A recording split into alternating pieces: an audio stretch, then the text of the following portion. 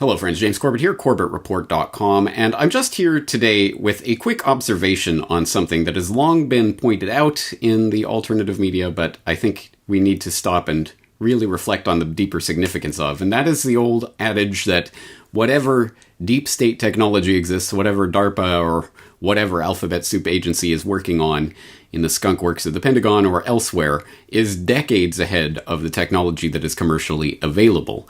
As I say, this is something of a truism amongst independent media and researchers, and it's something that strikes home time and time again as, certainly as I am doing research on the deep state and its various projects and tentacles, it comes up over and over, and that just came up in some research that I'm doing for a report that I'm currently working on behind the scenes, so I wanted to share this particular just little gem of an insight with you, which really struck home for me to once again bring that abstract idea home. I'm talking specifically about something that I'm sure we've all seen in recent years, but if not, here's a brief glimpse of it. This is the old Boston Dynamics footage of the workers trying to basically act as gremlins of some sort, trying to get the robots off of the task that they're performing.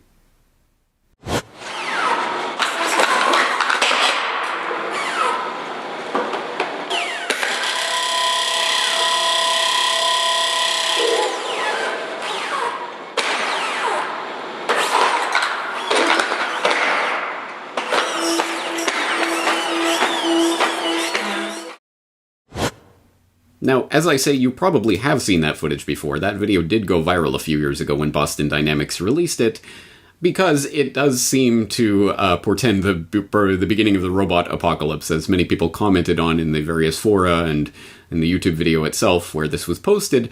People were saying this is the birth of Skynet and things like that, because it does play on our natural human sympathies towards anything humanoid or humanoid creatures or animals or what have you. Oh, look at the poor dog, look at the poor horse, look at the poor robot, look at the way they're treating it.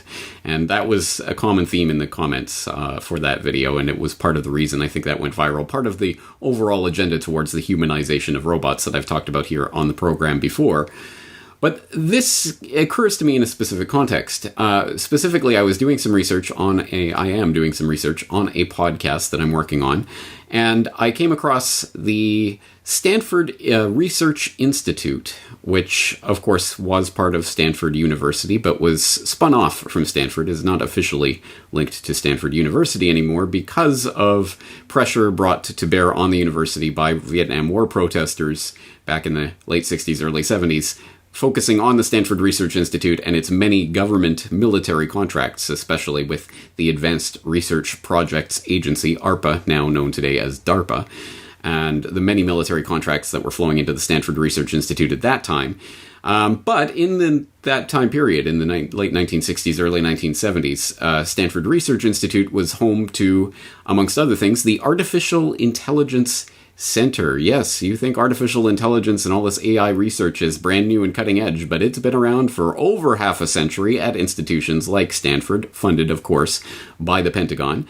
And one of the projects that the Artificial Intelligence Center was working on at that time was Shaky the Robot, the world's first semi-autonomous robot that can read, respond to, and interact with objects in its environment and adjust its behavior accordingly without further human input.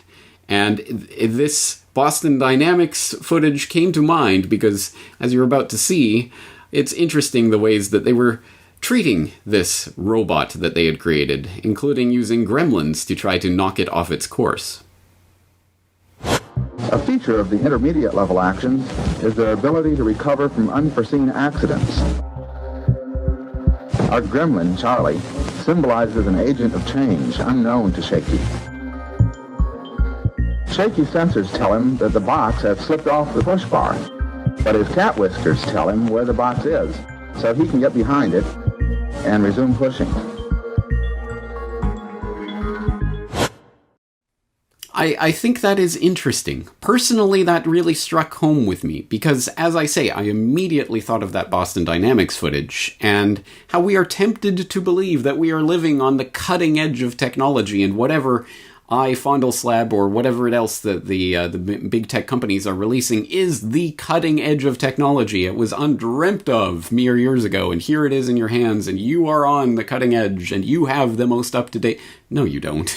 You have technology that was being developed decades ago, and not even necessarily in secret. Like Shaky the Robot was not a classified program. They made promotional films of it, even at that time. Obviously, most of the public would never have seen that, but it wasn't exactly classified. You could have found out more information about it, and it was an unclassified project. Imagine what they have going on in the classified projects that we're not allowed to know. Well, more about that in the upcoming podcast that I'm referring to. But as I say, this is just a window into that insight that, again, we've all heard, but it helps to have visual examples of from time to time, that the cutting-edge latest technology is often things that have been worked on and developed half a century ago that's just being modernized, and I'm sure it is further progressed than Shaky the Robot.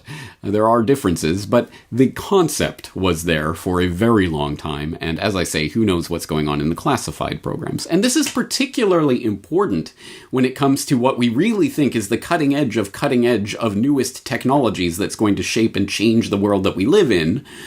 Something like, deepfakes? Imagine this for a second. One man with total control of billions of people's stolen data, all their secrets, their lives, their futures. I owe it all to Spectre. Spectre showed me that whoever controls the data controls the future. Yes, in case you hadn't seen it, that was the latest deepfake that's hitting the news right now. It was posted to Instagram. It's a deepfake of Mark Zuckerberg, obviously saying something that he never said. And you can find the original source footage that was taken from. And I mean, it's detectable as a deepfake if you're really looking at it. But if you just came across that in a newsfeed, and it wasn't so obviously over the top, you might just, oh, okay, well, that's another statement from Zuckerberg without batting an eyelid. And that is the commercially available deepfake technology that we already have access to as just regular consumers in the world. Again, let's keep this in mind in the context of whatever technology is the cutting edge commercially is decades behind whatever is being developed behind the scenes. Can you imagine how much more thoroughly convincing the deepfake technology of DARPA or whoever else, whatever government agency, Alphabet Supers, have behind the scenes? And as one window into that, I will point you back to Don't Believe Your Lying Eyes, a video that I did a couple of years ago now, pointing out, as a reader emailed me with the tip that, they were talking about this exact technology 2 decades ago in the MIT Technology Review. They were talking about, essentially, deepfakes at that time, 2 decades ago. Again, this is not new technology, and it has been developed, even commercially, for a very long time, let alone, again, can you imagine what is going on in classified programs that that neither you nor I have access to? Again, it's an important point. We may know something in the abstract and kind of have that as a thought in the back of our minds, but we need it in the forefront of our minds when we're confronting stories like this, because as much as commercially available deepfake technology is going to truly change the way that we're interacting with the world of information that's coming to us from all of these mediated devices, we should already have that in mind in terms of anything that we are seeing can be, and presumably, and in some cases, is being manipulated in a similar way. And again, if we understand consciously that what we're seeing is decades behind where the real technology lies, we might have a grasp on this. It's a very deep subject, but I hope this just provides a little window into it and gets you thinking along those lines. I think there's a lot of interesting discussion to be had about this topic in general. But that's going to do it for today. I'm James Corbett of CorbettReport.com. Looking forward to talking to you again very soon.